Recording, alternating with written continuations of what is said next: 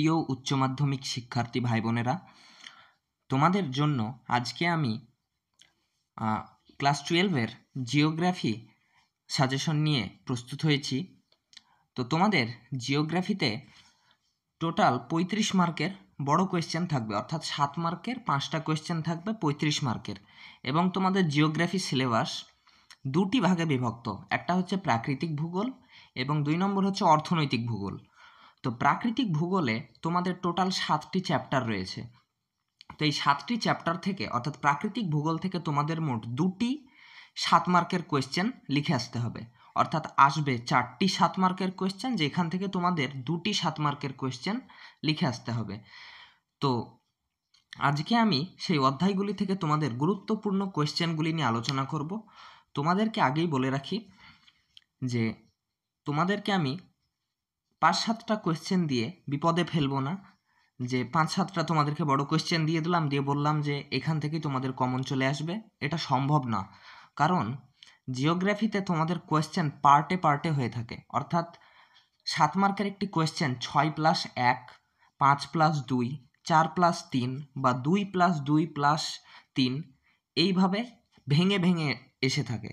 তাই তোমাদের প্রচুর কোয়েশ্চেন পড়তে হবে।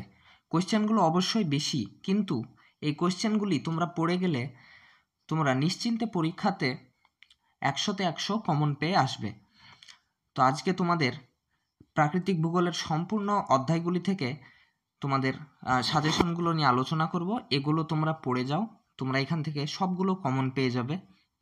এবং তোমাদের 5 মার্কের বা 5 মার্কের বা 6 মার্কের যে বড় কোয়েশ্চেনগুলি আছে এবং 2 মার্কের বা 3 মার্কের যে কোয়েশ্চেনগুলি আছে, যেগুলো তোমাদের 5 মার্কের বা 6 মার্কের কোয়েশ্চেনগুলির সঙ্গে প্লাস দিয়ে এসে থাকে, সেগুলো নিয়ে আলোচনা করব।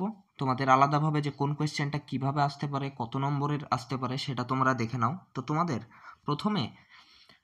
প্রথমে প্রথম অধ্যায়, দ্বিতীয় অধ্যায়, তৃতীয় অধ্যায় এবং চতুর্থ অধ্যায়, অর্থাৎ বহির্জাত প্রক্রিয়া এবং ভূমিরূপ সমূহ, তারপর ভৌম জলের কার্য এবং কার্স্ট অঞ্চল এবং সামুদ্রিক তরঙ্গের ক্ষয় এবং সঞ্চয়ের যে প্রক্রিয়াগুলি রয়েছে, সেটা প্রথম অধ্যায়ের মধ্যে পড়ে। দ্বিতীয় অধ্যায়ের মধ্যে পড়ে তোমাদের ক্ষয়চক্র, তৃতীয় অধ্যায়ের মধ্যে পড়ে জলনির্গমন প্রণালী এবং চতুর্থ অধ্যায়ের মধ্যে পড়ে মৃত্তিকা। তো এখান থেকে তোমাদের গুরুত্বপূর্ণ 6 মার্ক, 5 মার্ক এবং 4 মার্কের কোয়েশ্চেনগুলি, যেগুলো বড় কোয়েশ্চেন এসে থাকে, সেগুলো তোমাদের।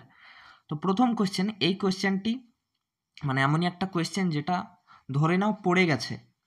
তো কোয়েশ্চেনটি হচ্ছে, সমুদ্র তরঙ্গের ক্ষয়ের ফলে সৃষ্ট ভূমিরূপগুলি চিত্র সহ আলোচনা করো। তোমাদের দিতে পারে সমুদ্র তরঙ্গের ক্ষয়ের ফলে যে কোনো 4টি ভূমিরূপ আলোচনা করো, বা দিয়ে দিতে পারে সামুদ্রিক খিলান, ব্লোহোল, জিও, এগুলো আলাদা করে নাম দিয়ে দিতে পারে। কিন্তু এই কোয়েশ্চেনটা খুব খুব গুরুত্বপূর্ণ।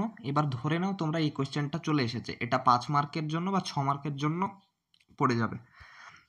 2 নম্বর, কাস্ট ভূমিরূপ গঠনের শর্তগুলি আলোচনা করো, অর্থাৎ কাস্ট ভূমিরূপগুলো গঠনের জন্য যে শর্তগুলি রয়েছে, সেগুলো তোমরা 5 মার্কের জন্য পড়ে যাবে।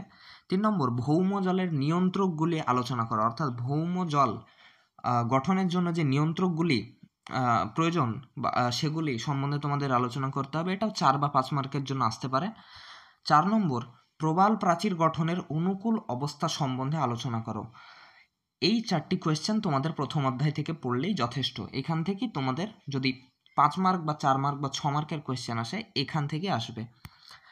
এরপর ক্ষয়চক্র থেকে তোমাদের 5 নম্বর কোয়েশ্চেন, ওটা ক্ষয়চক্র থেকে, যে নদীর পুনর্যৌবন লাভের ফলে সৃষ্ট ভূমিরূপগুলি সম্বন্ধে আলোচনা করো। নদীর পুনর্যৌবন লাভের ফলে সৃষ্ট যে ভূমিরূপগুলি হয়, সেগুলো চিত্রসহ আলোচনা করতে হবে। এটা খুব গুরুত্বপূর্ণ কোয়েশ্চেন ক্ষয়চক্র থেকে আসার জন্য।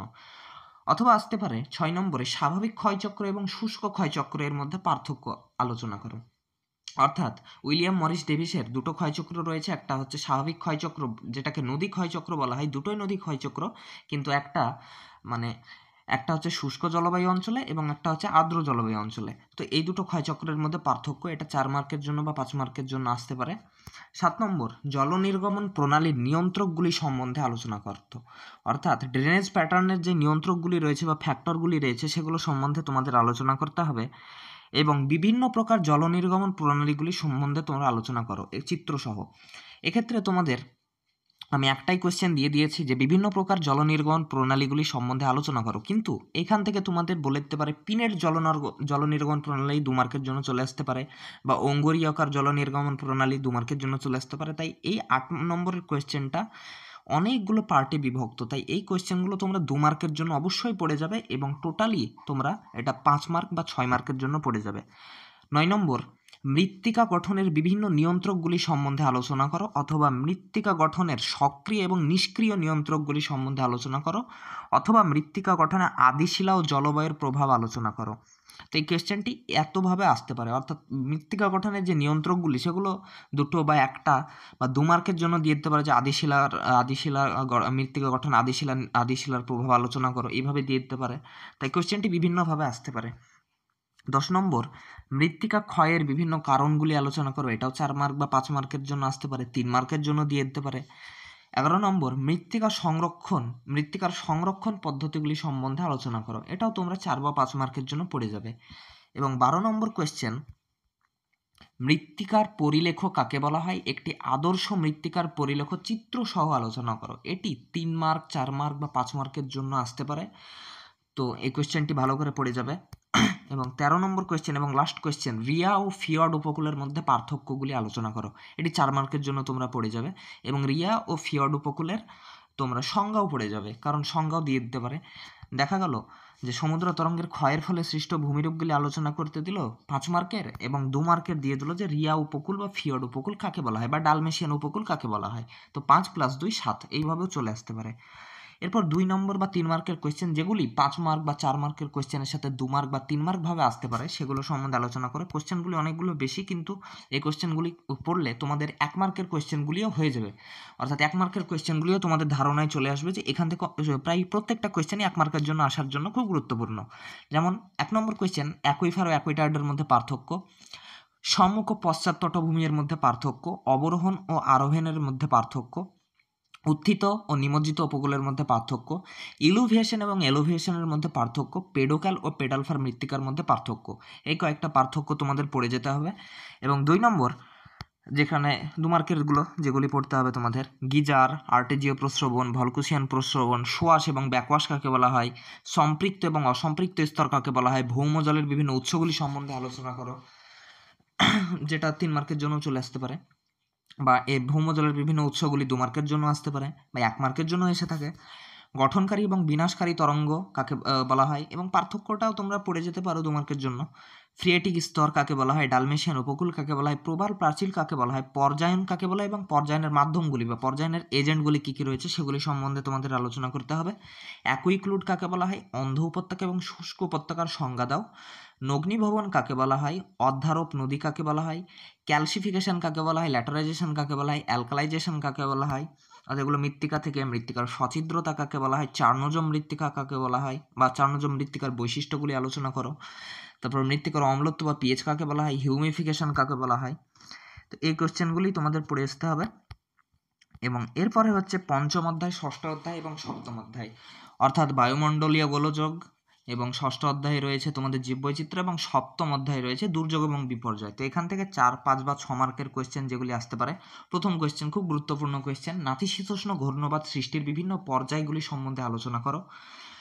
এর আগে ক্রান্তীয় ঘূর্ণবাত এসেছিল 2024 সালে, তো এবার তোমাদের এটা আসার সম্ভাবনা আছে। 2 নম্বর, ত্রিকোষীয় মডেলটি ব্যাখ্যা করো, এটিও 4 নম্বরের জন্য আসতে পারে। 3 নম্বর, ক্রান্তীয় এবং নাতিশীতোষ্ণ ঘূর্ণবাতের মধ্যে পার্থক্য নির্দেশ করো, খুব গুরুত্বপূর্ণ কোয়েশ্চেন। 3 নম্বর, জেট স্ট্রিমের বৈশিষ্ট্য সহ এর জীবনচক্র ব্যাখ্যা করো, অথবা এই কোয়েশ্চেনটি এইভাবে আসতে পারে যে মৌসুমী জলবায়ুর উপর জেট বায়ুর প্রভাব আলোচনা করো। এই দুটো কোয়েশ্চেনই খুব গুরুত্বপূর্ণ। 5 নম্বর, ঘূর্ণবাত এবং প্রতীপ ঘূর্ণবাতের মধ্যে পার্থক্য, এটা তোমাদের 3 মার্কের জন্যও চলে আসে, বা কোনো সময় 4 মার্কও বা 5 মার্কের জন্য আসতে পারে, তাই কোয়েশ্চেনটি পড়ে যাবে। 6 নম্বর, লবণাম্ব উদ্ভিদ বা হ্যালোফাইট উদ্ভিদের অভিযোজনগত বৈশিষ্ট্যগুলি আলোচনা করো, এবং জঙ্গল উদ্ভিদের শ্রেণীবিভাগ সহ এর পরিবেশগত অভিযোজনগুলি আলোচনা করো। জঙ্গল উদ্ভিদ বলতে মরু উদ্ভিদগুলোকে বোঝায়, এগুলো শ্রেণীবিভাগ করো এবং এর পরিবেশের সঙ্গে অভিযোজন কিভাবে করে সেগুলি আলোচনা করো।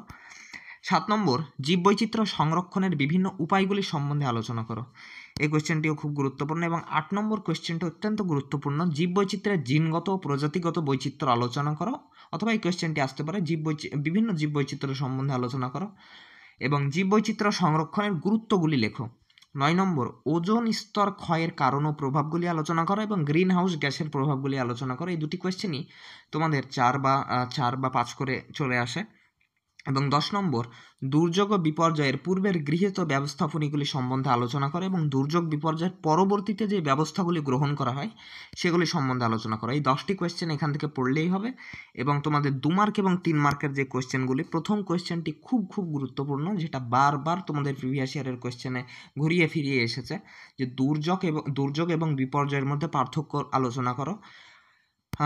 উষ্ণ ও শীতল সীমান্তের মধ্যে পার্থক্য লেখো। তারপর অন্তর্ধৃত সীমানা কাকে বলা হয়, ওয়াকার সার্কুলেশন কাকে বলা হয়, জীববৈচিত্র্য কাকে বলা হয়, এক্সিটু এবং ইনসিটু সংরক্ষণ কাকে বলা হয়, হটস্পট কাকে বলা হয়, হ্যারিকেন কাকে বলা হয়, টর্নেডো কাকে বলা হয়, সাইক্লোন কাকে বলা হয়, টাইফুন কাকে বলা হয়। অর্থাৎ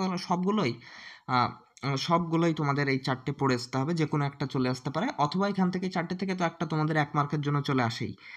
তারপর লানিনা কাকে বলা হয়, সুনামি কাকে বলা হয়, হড়পাবান কাকে বলা হয়, খরা কাকে বলা হয়, এবং দুর্যোগ বিপর্যয়ের পার্থক্যের সঙ্গে এই দুটোর সংজ্ঞা তোমরা পড়ে যাবে। এবং ডাটা বুকের মধ্যে গ্রিন এবং ব্ল্যাক ডাটা বুকটা তোমরা পড়ে যাবে। রেড ডাটা বুকটাও পড়ে যেতে পারো, তবে ব্ল্যাক এবং গ্রিনটা খুব গুরুত্বপূর্ণ। তো এই কোয়েশ্চেনগুলি তোমরা পড়ে যাবে প্রাকৃতিক ভূগোল থেকে, এখান থেকেই তোমরা সমস্তটা কমন পেয়ে যাবে। এবং এরপরে তোমাদের আমি অর্থনৈতিক ভূগোলের সাজেশনগুলি নিয়ে আলোচনা করব। অর্থনৈতিক ভূগোল থেকেই তোমাদের 7 মার্কের কোয়েশ্চেনগুলি বেশি আসে, অর্থাৎ 3টি 7 মার্কের কোয়েশ্চেন আসবে ওখানের থেকে তোমাদের লিখতে হবে, এবং প্রাকৃতিক ভূগোল থেকে 2টি 7 মার্কের কোয়েশ্চেন। তো এই কোয়েশ্চেনগুলি পড়লে তোমরা 2টি 7 মার্কের কোয়েশ্চেন কমন পেয়ে যাবে। এবং এর পরের ভিডিওতে আমি অর্থনৈতিক ভূগোল থেকে, কৃষি থেকে, শিল্প থেকে, সবগুলো থেকেই তোমাদের আমি আলোচনা করে দেবো। তো আজকের মতো এইটুকুই। তোমরা এই কোয়েশ্চেনগুলি ভালো করে পড়ো এবং চ্যানেলটাকে সাবস্ক্রাইব করে রেখো পরের ভিডিওগুলি তোমাদের কাছে পৌঁছানোর জন্য। তো আজ পর্যন্ত এইটুকুই।